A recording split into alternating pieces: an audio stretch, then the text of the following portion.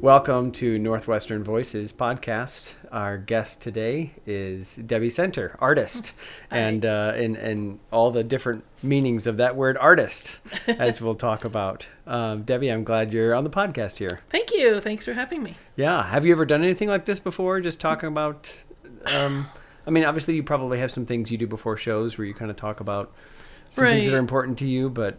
I have various podcasts in the past. Okay. There's one a friend of mine in Colorado that interviewed me several years ago. So, okay. Yeah, good. Now you're from Colorado. Yes. Initially, right? Mm-hmm. So how did you get to the Northwoods, and what's your story of? Oh, gal, how much time do you have? Well, my mom specifically an hour. No. Yeah, exactly. My mother grew up in Pahrump. So I still have a lot of family in that area and throughout the state. And meanwhile, my husband's family bought the place 2 doors down from us back in 1971. Okay. His parents were both teachers in Illinois. But since they had the summers off, they wanted a lake place. And they looked all over the place, and they ended up falling in love with our lake and buying there. So since my husband was 10 years old, he was a summer resident here. Sure. Yeah. And so when some we of his met, best memories are here. Exactly. Yeah. And so when we met, it was kind of amazing to find out that we had this area in common, because I used to come in the summers just to visit grandma and grandpa or relatives, cousins and such.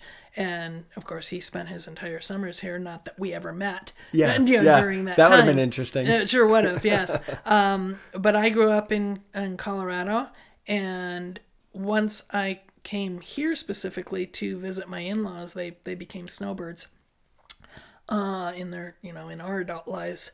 The first time I came here, I just fell in love with the place. Yeah. And started spending my summers here because I too was a teacher, a music teacher. So I had summers off too. Mm-hmm. So I started spending my summers here in probably the late 90s, early 2000s, something like that. Absolutely fell in love with the area, fell in love with lake life, small town living, the whole bit. And in 2014, we finally managed to move here full time.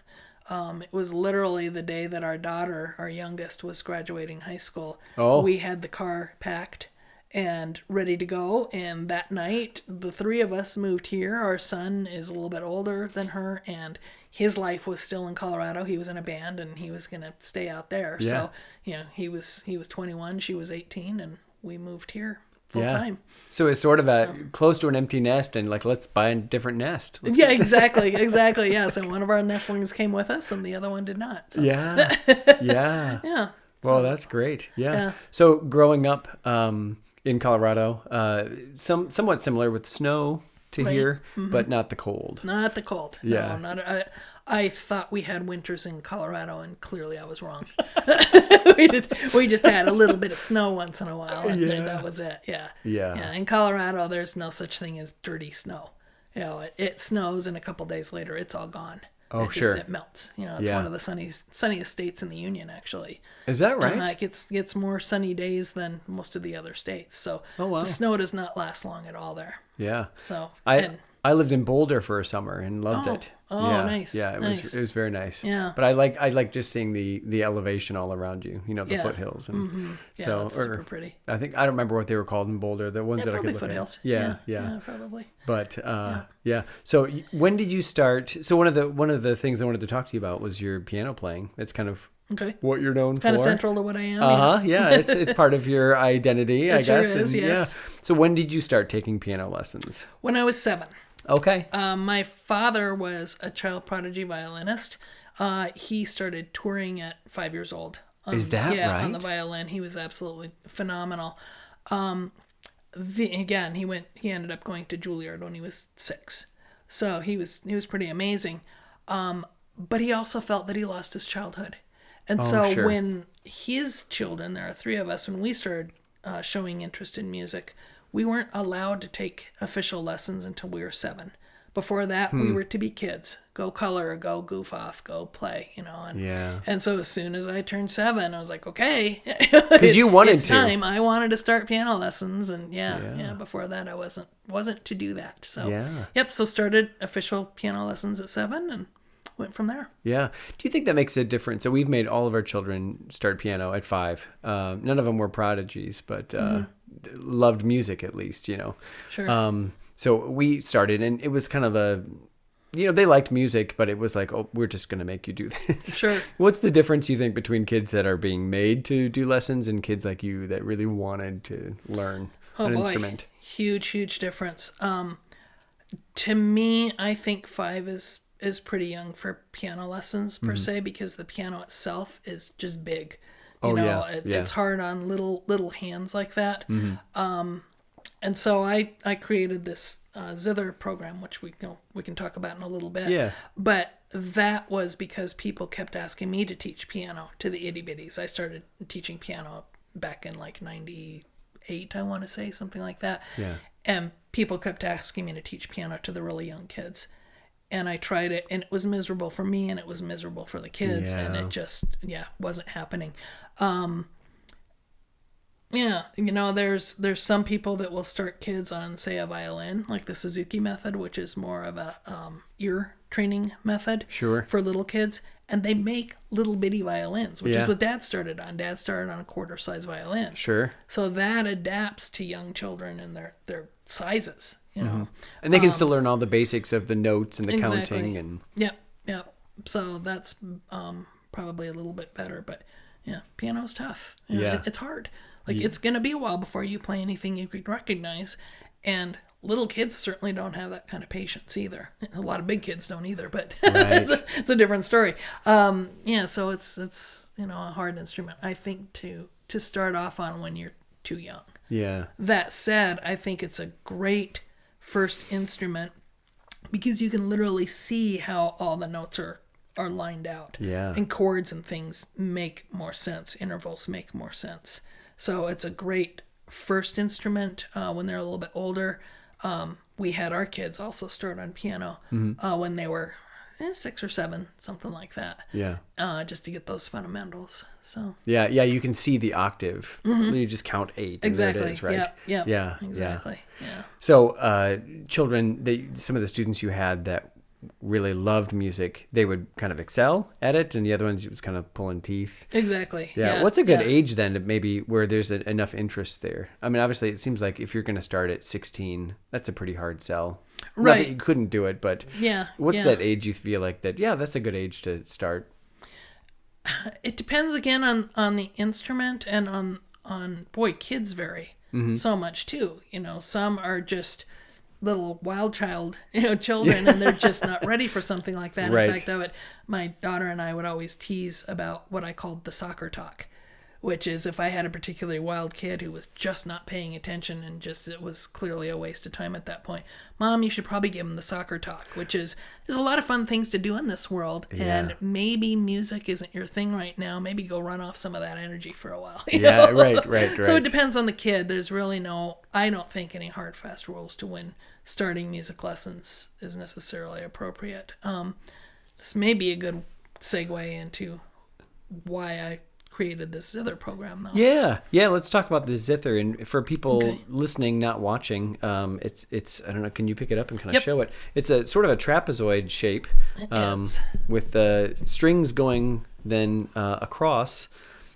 East to west. So how many? East to west. In this case, yes. Yeah, well, I'm good job. Trying to be descriptive. Yeah. How many strings are there on there? I'm trying to count it real quick. It looks so there are 15 strings. Okay. It is a 2-octave G major scale is how it's tuned. Okay. So if I go from bottom to top, that's octave number 1. Mm-hmm.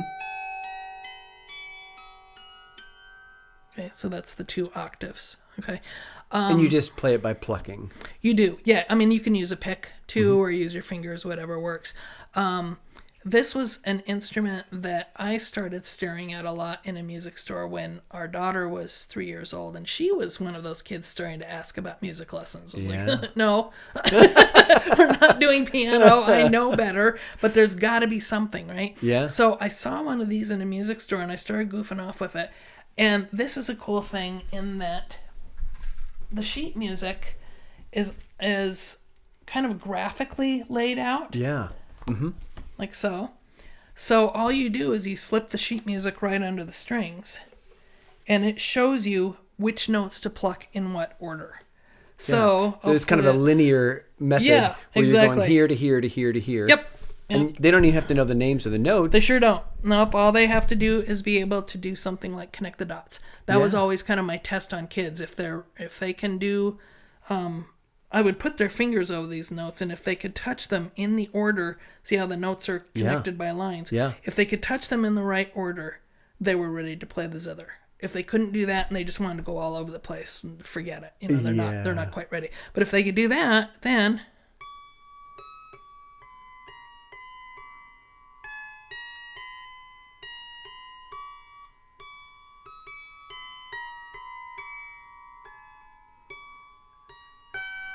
voila. Yeah. It just shows you what to pluck in what order, and it just couldn't be simpler. I have had adults play this and literally burst into tears because they had always wanted to play an instrument and they never could. And this you can immediately and recognize stuff immediately. So I have written 9 different books of music for the zither and started publishing them in 2010. I've now sold over 29,000 copies in 45 countries. Wow. So this is my main income is these little books of music. And, just because it does make it so easy. And I've got a lot of different types of music. This particular one is a book called Child's Play. That's my easiest one that even the smallest kids can play right away. I've got a hymn book. And in my hymn book, each hymn, the backside of the hymn that I've written out has the story behind the hymn. Oh, wow. So that's a cool one. Yeah. I've got 2 books that are classical music that I've set lyrics to classical music. Oh, interesting. So you can actually then, how you remember lyrics forever, right? Yeah, right. So, if you heard, for example, dun dun dun dun dun dun dun dun dun dun dun dun, right? You've heard that before. Yeah. What is it? Yeah, Vivaldi, right? Good. Yeah, good. Okay, and which piece is it? I'm going to guess Spring. Good job. Yep. Yeah. And so the lyrics that I wrote, Antonio Vivaldi wrote Spring. Debbie Center wrote words that we sing.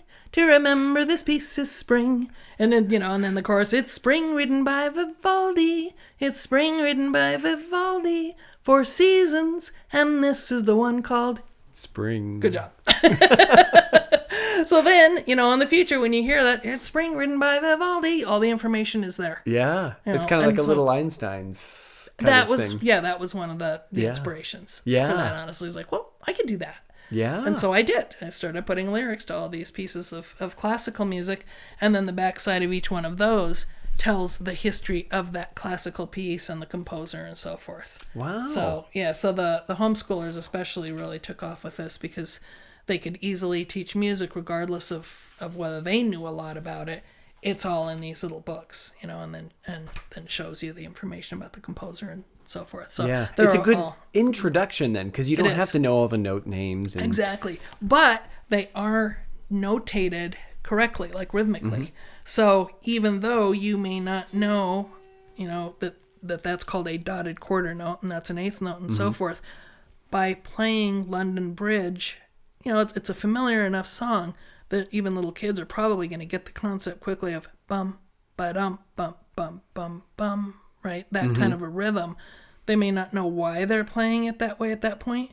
As a teacher, I could start to explain to them how you count them. The inner back of each book has a rhythm guide. Yeah. Showing you the names of the notes and how you count them and so forth. And then a tuning guide on the back too. Wow. So, yeah. Had you seen something like this and you kind of... Similar. I've seen this charting method of the sheet music. Yeah. Those came with the zither when I first bought it, but they were separate sheets. Okay. There weren't any that had lyrics and all that. That was, my doing of, how can I take this to an educational step because I'm a teacher. Yeah, so, right. How can I put that educational step in there? So that was when I started doing that. And then everybody kept saying, wow, you really got something you need to publish. And great. Well, how do you do that? Well, I waded through all of the steps required to do self-publishing and self-publish these books ages ago. And you mentioned that you sell internationally. Seems like zither is more, it kind of originated in Germany and Europe. Is that what's the country that besides America, is United States, that you sell the most in? Oh boy, that's a good question. No, Maybe you don't know, where but I thought you were going. Geez, I don't know if there necessarily is one. I could certainly look at my records because I keep very very close records. Nothing stands out like, oh man, no, I'm selling a lot to France. Yeah, or something. no, I don't think so. As far as the United States, though, my by far biggest customer is Utah. Oh, A whole lot of homeschoolers in Utah. Sure enough. So yeah, so that by far I sell the most to Utah. Yeah. So Yeah. Wow. yeah. And it also depends who you ask where this instrument comes from, which is where I thought you were going there. Some people say it's European, some say it's Asian, some Scandinavian. I mean, who knows? It's a very, very old instrument. So. Yeah. Well, and again, for people not watching the video, just listening, it's sort of it kind of gives you a dulcimer. Yeah, It's kind of the little brother of the dulcimer. Yeah. Some people also call it a lap harp because it's like a harp, but it sits in your lap. Yeah. So literally, it is sometimes called that. In Europe, I believe they call it a plucked psaltery, which is spelled Psaltery, kind of a strange word for us. So that's what they refer to it. You do pluck it. Yeah. Dulcimers, you use a hammer. So they call that a hammered dulcimer. Yeah. So, yeah. Well, it's interesting. So, I mean, as a Christian who reads the Bible a lot, and you read a lot in the Tanakh about these instruments, and you don't always know what they are. Like a dulcimer to them was a very different thing, and probably some of the things that the words that they use, like, oh yeah, that's a stringed instrument. No, it's a flute. Oh yeah. Whoa, that's way different than I thought it was. Yeah. So yeah, then sure. You wonder if maybe this is more ancient than the 19th century. It's just this is kind of the newest iteration of it. Yeah, yeah, it's a very old instrument. Yeah.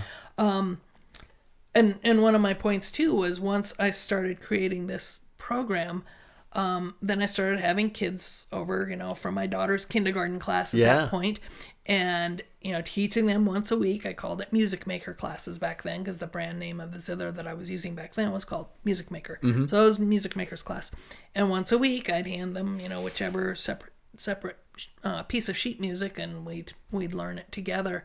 And that was when people started saying, you're really onto something, you need to publish it. So I organized all of these different pieces into what I thought made sense. So I've got a fall-winter curriculum and a winter-spring curriculum. And I call it World of Harmony Music. I've got a lot of foreign cultures and foreign religions in this program.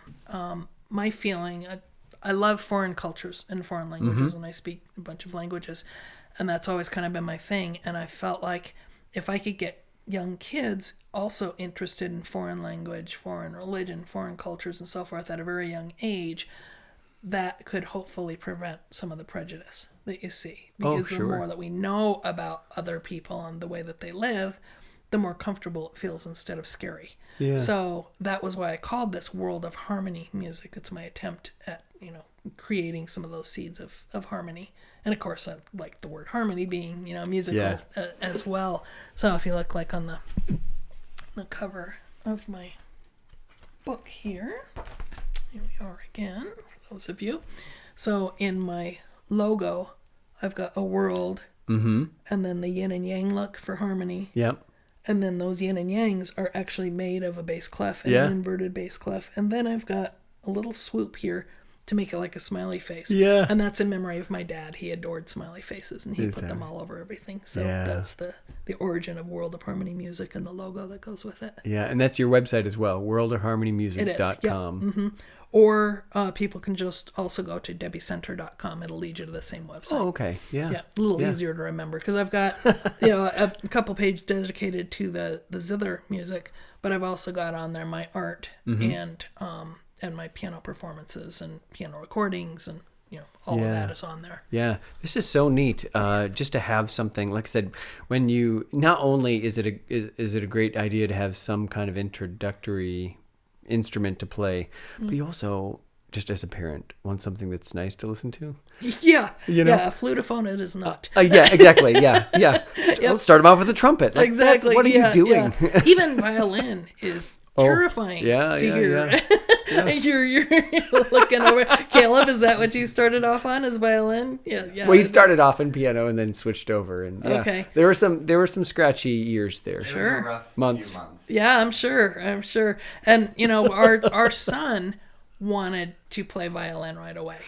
And same thing, when he was 6, I made him do a year of piano first for ear training. Yeah. Partly, real easy to do ear training on the piano, not so much on the violin, where who knows which note is going to come out, right? But the piano, you hit it with a pencil and it's still going to sound like a C or whatever you've hit. So my reasoning was learn how to read music, learn about intervals, learn about chords, learn, all of this kind of stuff.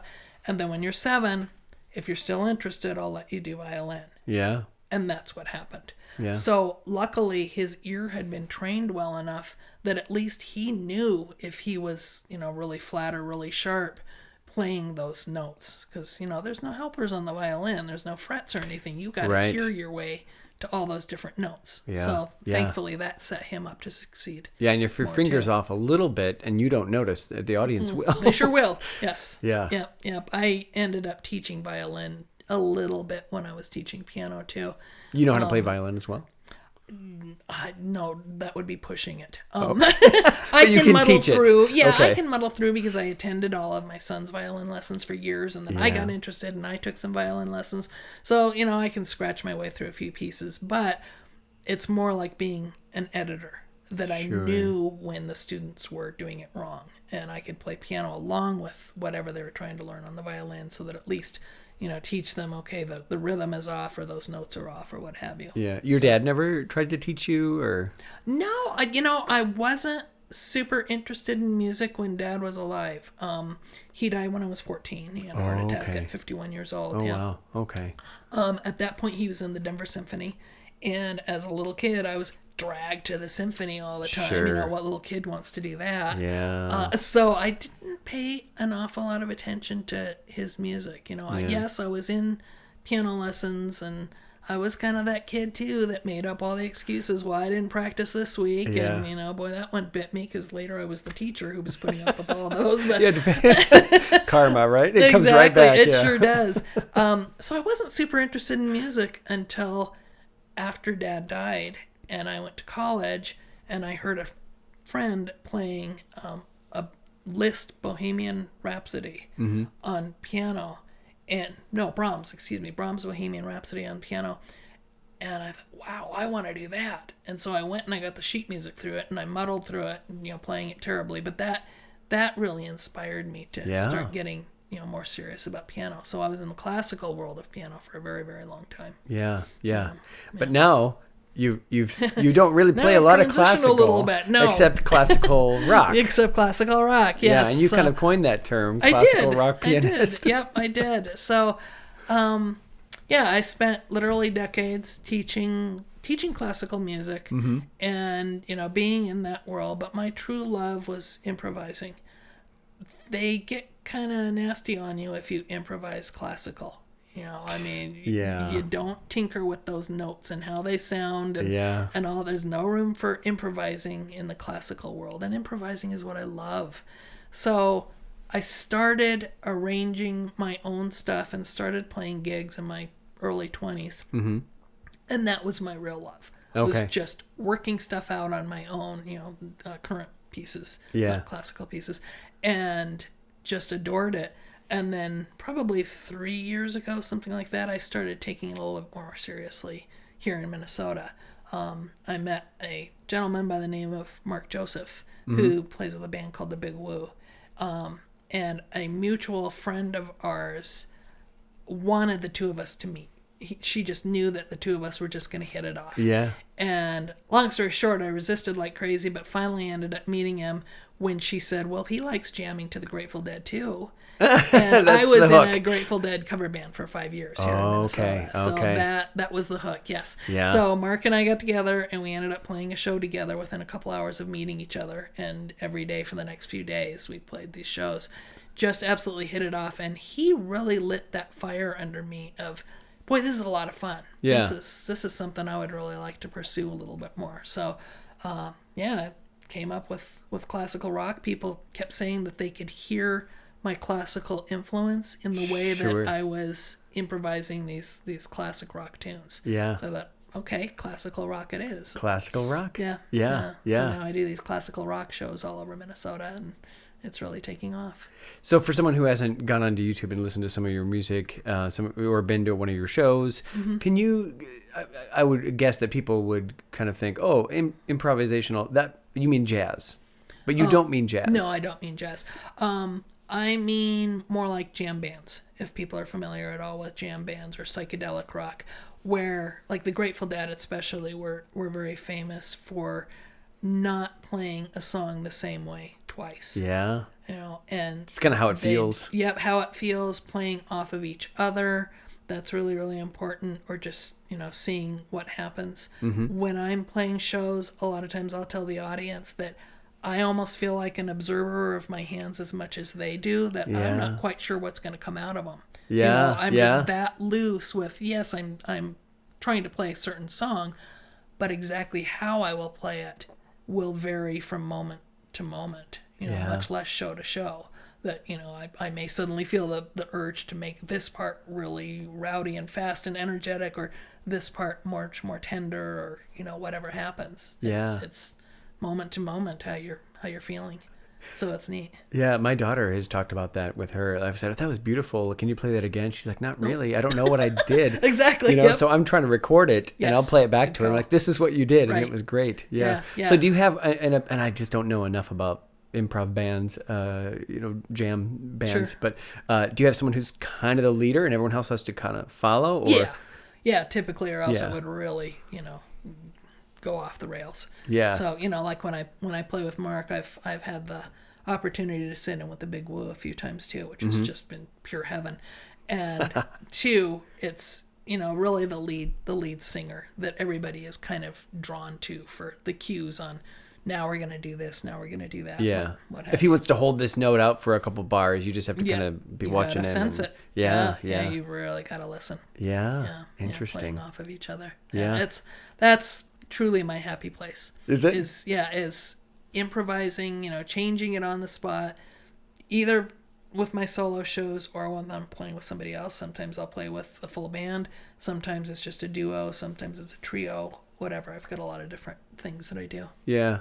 I listen to a lot of classical music, and depending on who the pianist is, there's a little room for interpretation. I'll hear another, I'm like, I don't like this version as much. It was too fast, or they cut that note off a little quicker than I'm either used to or I like. I know. So there's a little bit of play, but you're right. It is sort of like this. So what makes you like the jam session more than is it like a more chaotic and that's kind of fun, or versus the order and it's kind of stodgy, or creativity? Okay. I think would be really what it all comes down to. I'm free to be as creative as I want to when I'm improvising, and to let loose and to see what is gonna come out of the depths of this weird noggin of mine. And again, just like you said with your daughter, it'll be different every time. So I too will record myself, because when you're really in the zone like that, it's almost a spiritual kind of a feeling that you are just letting go and letting whatever happens happen.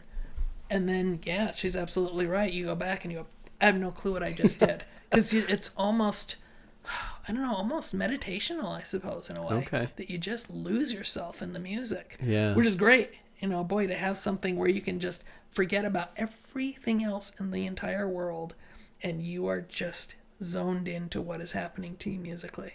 It's a really, really cool thing to do. I feel like most people probably don't know what that experience is like. I bet not. A lot of people that go to the show are just like, oh, that was nice. I have no idea how they did it. Right. But it was nice. Yeah.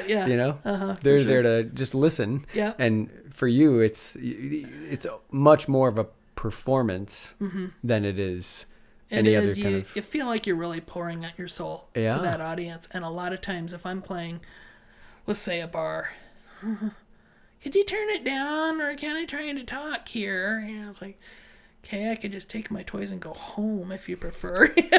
So I've kind of gotten where I'm a lot more satisfied playing what we call listening shows than bars. Yeah. I really got spoiled. I played, for example, again back to Mark Joseph.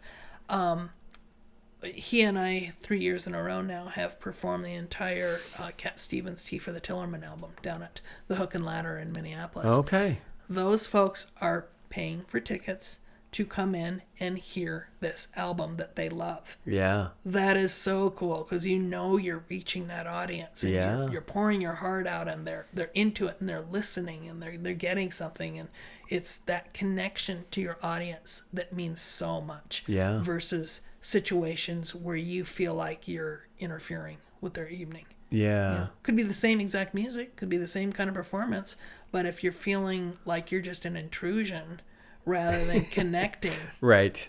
big difference. Yeah. Very, very big difference. Yeah, it kind of stifles the creativity a little Sure bit. You don't does. feel like you can be free to do whatever comes to mind. Or nobody's going to care. Oh, you yeah. know, yeah. I'm there pouring out my soul and doing whatever it is, and it's really hard stuff, and yet nobody's getting anything out of it. Yeah. And it's kind of like that Josh Bell experiment from a few years ago. Yes, exactly. Yeah. Exactly, just like that. And it sounds like a big ego trip, I think, a lot of times when I say it this way. And I mean, truth told, of course it somewhat is. You know, you're not a performer without having something of an ego and going, gee, I hope people like it. Or you could say confidence. Yeah, Kindly confidence, not maybe ego, but yeah. Right. I mean, but it's that desire to connect with people, Yeah. and to interact in a positive way. Mm-hmm. You know, that means so much. You know, we're not performing just for the heck of it. I mean, then I would just sit at home and practice. You know, Yeah. it's that desire to share with others and hopefully enhance their day. Yeah. I'm sure you still have to hone your technical skills because, you know, like I couldn't yeah. sit down and do that Oh, because yeah. I have Yeah. no idea what I'm doing. I have to It's learn the technical extremely part difficult. of it. It's Yeah. extremely. And, you know, people, when I was teaching piano, they used to say, could you teach me how to improvise? No. No. That was the short answer. Yeah. To play by ear and to really be able to hear, you know, hear the chord progressions and the melody lines and so forth. You know, some people were really great at sitting down and playing a piece of music from sheet music and could just do it cold. And Yeah. those are the folks I admired because I can't do that. Yeah. You know, that is just super cumbersome to me. Let me listen to it and I'll chime in and I'll come up with something interesting to add, you Yeah. know, or reproduce what I just heard Yeah. easily. But, you know, hand me the sheet music and no, I don't want to do that. Yeah. So, you know, you either learn by your ears or by your eyes. It's a completely different, you know, way of learning. Are there certain genres that are almost like, obviously you love to play Led Zeppelin and Grateful Dead and Beatles and that Right. kind of genre. There was a time there, and probably there's some nostalgia there for you too, and Sure. things like that. But is it true maybe that not all music you can actually improvise with? Like, would you be able to sit down with like a Lady Gaga cover band or like an EDM kind of? Could you do that too, or were you like, you know what, that's not really that kind of music? Like, there's a certain genre that lends itself to that, or not really? If I was more familiar with their music, I'm sure I could. Okay. I've got to have whatever that music is in my head. Yeah. You know, and you know how like when I'm playing and improvising and people say, gee, how do you do that and how do you memorize all that? To me, it's not memorizing as much as when you're in the car and you're singing along with some song that you know, Yeah. regardless of whether you're a good singer or not, Yeah. you can sing those notes. You don't have to have sheet music in front of you telling you which notes those are, right? You Yeah. can just sing them as long as it's in your head. That's how it feels for me at the piano. That as long as whatever, you know, the main melody is in my head, it will come out of my fingers because I know so well where those sounds are on the piano. Yeah. So it's, you know, a very similar experience. Sure. Yeah. Okay. So have you heard, I mean, because it seems like jam bands, I don't know of a lot that are doing real contemporary music, you know? So that's what I was wondering, if it's sort of an era where, yeah, this is the kind of music that you could do that with. And It's a good question. I'd have to ponder that a little bit more. Yeah. Like the Big Woo is certainly, that's their original music, and they are contemporary, you know. Yeah. But they have a very jam band kind of feel too. You know, they're doing a specific song, but they'll take a part of it and just noodle, I like to call it. You know, Yeah. just goof around with it for a while and then get back into the main melody. So yeah. yeah. There's a YouTube channel I've seen, it's Postmodern Jukebox, where they kind of take modern songs or some of the old songs, but they do it in like a doo-wop or a 1920s or something like that. Oh, cool. So, but that's not really Check what that you're out. talking about as far as taking out and taking a song from one genre and putting it in another genre, right? Right.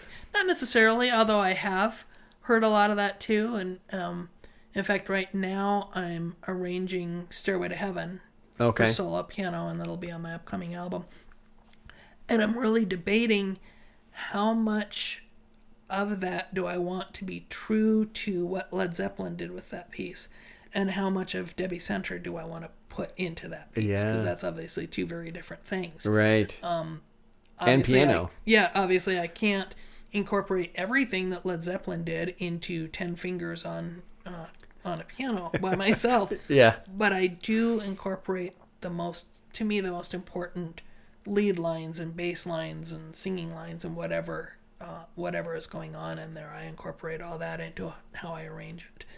So there's a lot of thought that goes into that too, of do I want to make this part as energetic as they did, or like especially like the last 3 minutes, let's say, of Stairway to Heaven, where they kind of go nuts. Do I want to be that energetic too, or do I want to just still do kind of more of a melodic, That's maybe where I'd slow it down and yeah. I'm not sure. Yeah. I'm still playing with that. Yeah.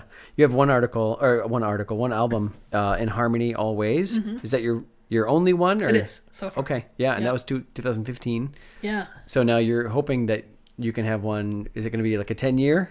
2025? Oh, well, or? gosh, I didn't think of it that way, but sure, let's go ahead and say that I was smart enough to do that. A decade release. I never even thought about it. Recording this year, maybe? Yes, or? I've already started. Oh, you have? Okay. Yeah. So this will be a classical rock album. It'll have 10 or 11 songs on it. Some couple Led Zeppelin, some Jethro Tull, Beatles, Yes. Gosh, I can't remember who all, but yeah. Yeah. A whole lot of different things. So, and I'm recording right here in my home. Yeah, okay. Yeah. It's going to be a solo album, or are you going to collab with Mark? Or No, it'll be solo. Okay. Yeah, both solo, instrumental. Yeah. People don't really listen, I guess, to jam session CDs, really. It's more about the live performance, or not I really? suppose. I mean, there are certainly recordings of those, and, you would never hear that song that way again in a live performance. But, interesting. Yeah. What are some places that you've played or sang that are of note, or have you ever performed with someone who people watching the podcast might know? I haven't really performed with anybody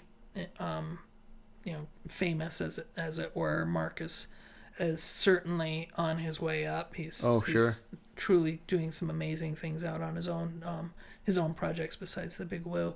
As far as places, last January, a year ago January, I did get a chance to play with him and some of the other members of the Big Woo and some other folks too at First Avenue, the 7th Street entry, and that was cool. That was really, really exciting to get to play there. Played quite a bit at the Hook and Ladder in Minneapolis. A place called KJ's Hideaway, which unfortunately is no more. That went under last year in the winter. But that was a cool place. That was an old speakeasy. And you'd go inside and go downstairs, and they had a grand piano on their stage, so I didn't even have to bring in all of my gear and all that. I could just go and sit down and play their grand, which was just wonderful. Yeah. Locally, I played quite a bit at Why Not, and some at Revel, Revel Brewing. Zorba's I've been playing. Rob Swanson. Rob, the owner. He was a guest on the podcast too. Oh, he was. Oh, nice. Yeah. Okay. So shout out to Rob. He came up with Get Centered at Zorba's. Oh, so, hey, little play on my name there. So the middle Wednesday of every month, I am playing at Zorba's. So it's the center of the week, the center of the month. That's with Debbie clever. Center. Yes. So February, I believe it's 12th, I think, will be my next chance to play my show at Zorba's. So there are quite a few places around the Park Rapids area for playing. So how would you describe the music scene? And I'm saying Park Rapids area, but that includes Nevis, Monaga. Sure. I'm blown away by the music scene up here. For such small towns, it amazes me how many of us are musicians and that are wanting to play together and play at places. And the venues here, the bars and such, have been so supportive of live music, and we as musicians appreciate that so much, because that's a big deal for them too, to have to pay for musicians and to show their support. They're doing a great job. I just started playing at a place called Barrel and Vine in Hackensack. That's a new wine and what is the other thing that wine and bourbon bar in Hackensack. Really cool place. So I'll be playing there again February 22nd. And playing there regularly as well. So what do you think contributes to that? Because it seems sort of a unique thing that, such a not as populated area has such a vibrant music scene. I think the beauty of the area tends to draw, artistically minded people to want to live here. Certainly it in the weather. So these harsh winters are pretty tough. However, they do lend towards staying indoors and practicing your art. So I'm just amazed how many musicians and artists. That is certainly part of why I fell in love with this area too, is the big music scene. And Second Street Stage, of course, what a great opportunity. And Muskie Days. That's really turned into a huge thing. It really has. And people all over want to play Second Street Stage. They've done a great job. And same for Muskie Days. That's really turned into quite a big deal too. So we've got some good opportunities. The backdrop of this area is also kind of an inspiration for your art as well. Your painting and absolutely. Your photography and right. You do a little bit of videography. A little what? A little bit of videography. Oh, a little bit. Yeah. A little bit, yeah. But living on a lake, then you get to see some pretty neat things. Oh, I do. Live around the loons. Absolutely. So how has that been inspirational for you? Well, the In Harmony Always album has an awful lot of wildlife-inspired compositions of mine. There's one piece called Dance of the Loons, where I recorded loons outside when I was actually kayaking, and then went inside and found the pitches that the loons are singing. Birds are really consistent with which pitches that they sing. And as a musician myself, you start to notice those things. Chickadees too. That thing that the chickadees do, that is typically either a B, A, or an A, G that they are whistling. Wow. It's almost always one of those two combinations. Loons, the whale call, the 3-note, and I can't do it, but there's a 3-note whale call that they do that is, for my musician friends out there, it's called ascending fourths that go up. And they're dum, bum, bum.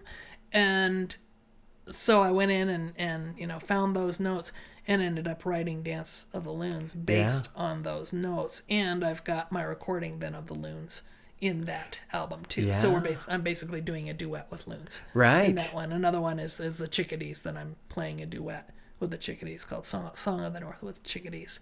So I've taken that simple 2-note melody that the chickadees are singing and then created an entire piano piece based on their call too.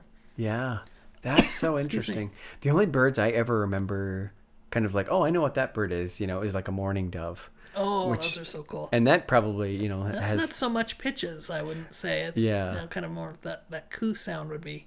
That'd be a hard one to represent. It's pretty dissident. Yeah, it is. Which is probably where they got the name. Well, right? That's true. Warning. Right, right, exactly. Yeah. So you do painting as well, and you paint a lot of different kinds of things. Did you paint this zither, or did that come like that? No, that was one I found on eBay forever ago. My biggest inspiration for my paintings is the Northern Lights. We did not have those in Colorado. So I discovered those when I moved here in 2014 and got very quickly addicted to Northern Lights and chasing the Northern Lights, and to the point that I even scheduled a trip to Fairbanks in 2018 with a tour group specifically for Northern Lights. Wow. It was mind-blowing. It was so beautiful. But boy, so different than here. It is very different than here. I mean, we've had a few shows here that have equaled what you get in Fairbanks, but that's very, atypical, as it were. So I started photographing the Northern Lights, which is no easy task, and then decided I wanted to learn how to paint the Northern Lights from my own photography as the inspiration. 2020 came along, and now all of a sudden you got nothing to do and nowhere to go. So I did, well, okay, now I'm going to learn how to paint the Northern Lights. So I just sat at home and did some absolutely horrifying paintings at first, because, boy, Northern Lights are not easy to paint, and threw those away and just kept plugging away, and finally I could do it well enough that I would put my my Northern Lights paintings on Facebook, and people started buying them. Yeah. Well, okay, I guess I'm getting okay at this. Yeah. So that's the majority of the paintings, but it's, wildlife and the landscape paintings as well that are all based pretty much on living here. Yeah. Yeah. So, like, I'm not so inclined to paint cactus or palm trees, or I haven't tried that very much. That's not my thing. Well, even things like the Christmas tree downtown, you'll do that and put. Sure. I think you made them into cards. I did. Yeah. I used to take my photography and create like blank note cards out of those too. I still do, but I don't sell them locally anymore. Those are online as well. Yeah. One of the things you and I were joking about a little while ago was the idea that, you must have a really nice camera. Oh gosh. Yes. Yes, that's one of my not so favorite lines. You show somebody, excuse me, a beautiful photograph that you've taken. Wow, you must have a good camera. It's like, I got a good oven too. It does not mean I'm a good cook. There's a little more to it than just having good tools. Yeah. So what would be maybe some tips for taking a good photograph, especially, here you are in the Northwoods? Because I try, I'm like, that would be such a cool picture. And I take it and I'm like, that doesn't look anything like I really hoped. Oh, funny. Either placement or maybe it is a bad camera. I don't know. But boy, you can do some great things even with a bad camera if you've got the right eye. A biggie for me is getting your horizon line level. How many pictures have you seen where the lake looks like it's pouring out into something? Yeah, it doesn't do that. So make sure that your horizon line is level. That's the first easiest one to start really being aware of, is making sure things are straight. There's something called a rule of thirds, where you don't necessarily want that horizon line, for example, to be right in the middle of your shot. Yeah. It's a lot more pleasing to the eye if that horizon line is about a third of the way from the bottom, and then you go up from there, or whatever maybe your main subject is. Don't put that main subject square in the center of your picture. The eye doesn't want that. It wants it. If you take that picture and do like a grid line of 3x3, so you've got, let's say, 9 squares. Yeah. Like the Brady Bunch. Exactly, yes. There you go. Brady Bunch, Hollywood Squares. We're going to want to, use that more as a guideline for where those subjects should be, is where those squares intersect. Yeah. So those are 2 easy things, is the rule of thirds and making sure your horizon is truly level. Yeah. That'll make all the difference. Yeah. Yeah. Well, great. Yeah. Anything else about your art or your music that you wanted to bring out, or you hoping we'd talk about? Oh gosh, the classical rock album should be available this spring sometime. Okay. That's my goal. Yeah. And I'll have those available as USB cards, which is one of the latest things. Those are kind of like, jump drives, but you can actually put your album art right on it. It's about the size of a business card, and then it's got the little jump drive that swings out from there. So that way, instead of at a show saying, go stream my music, and of course nobody's ever going to do it, this way they've actually got something that they can take with them that you can sign if they should want that. But that USB card, then the jump drive, you can pop that right into the USB port of your car, and the music starts to play. Yeah. So that's cool, because a lot of people don't have CDs in their car anymore. Yeah. But I think I'm also going to publish my album onto some CDs too, because I happen to have as my husband would say, more mature listening audience because of being the classic rock era. Yeah. And, a lot of folks aren't necessarily comfortable with, how do I download music, or how do I do a USB, but I do still have a CD player. And okay. Could you just do that? So, So I'll have it available both ways. Yeah. A lot of people, especially even young people, are getting into vinyls again. Yes. I'm looking at one right now. Yes. He's looking around like, who are you talking about? Yes. And that's a very expensive way to publish. Is it really? So I will not be releasing it to vinyl. Right. Yeah. Maybe if you started a Patreon or something. That's true. That's true. Yeah, no kidding. Yeah. So hoping that'll be available soon. if anyone has ideas of where I could play my shows, I'd sure appreciate that. Yeah. Because, you know, you can only play at the local places so often, and it's nice to play a little bit more often. Yeah. Especially listening types of, you know, situations. There is a really cool listening room in Walker now, called Starseed. That's a couple, Christy and Jeff Kellogg, have created that space. It's above their detached garage at their house, and they've created an absolutely amazing studio. And you know, and Christy teaches music lessons as well. Yeah. But that's a great venue. But there's not a lot of, you know, venues where you could truly perform like a listening type of show rather than just going to another bar. So you know, nothing wrong with that, but it's just not exactly the kind of music that they're not going to appreciate my music as much. Yeah. You know, and I won't feel like I'm contributing. I just as soon play places that, you know, people are going to actually enjoy it. And so, anyway. Yeah, well, hopefully this podcast will help kind of get the word out, and maybe we'll see more opportunities, and we'll see you around a little bit more. Sounds real good. Yeah. That'd be great. Yeah, thank you. Again, our guest has been Debbie Center, and you can go on, we'll put a link in the description, worldofharmonymusic.com. You can also go onto YouTube, where she has Debbie Center Music and Art YouTube channel, and subscribe to that, and subscribe to this one as well. Like and comment, and we'd love to have more conversations like this. Absolutely. And debbiecenter.com is maybe easier for folks to remember too. Yes. That has everything on there. So well, thank you again. Thank you for sharing. Thank you. Appreciate it. I hope folks will enjoy it and appreciate the opportunity. Yeah, thank you. Thanks.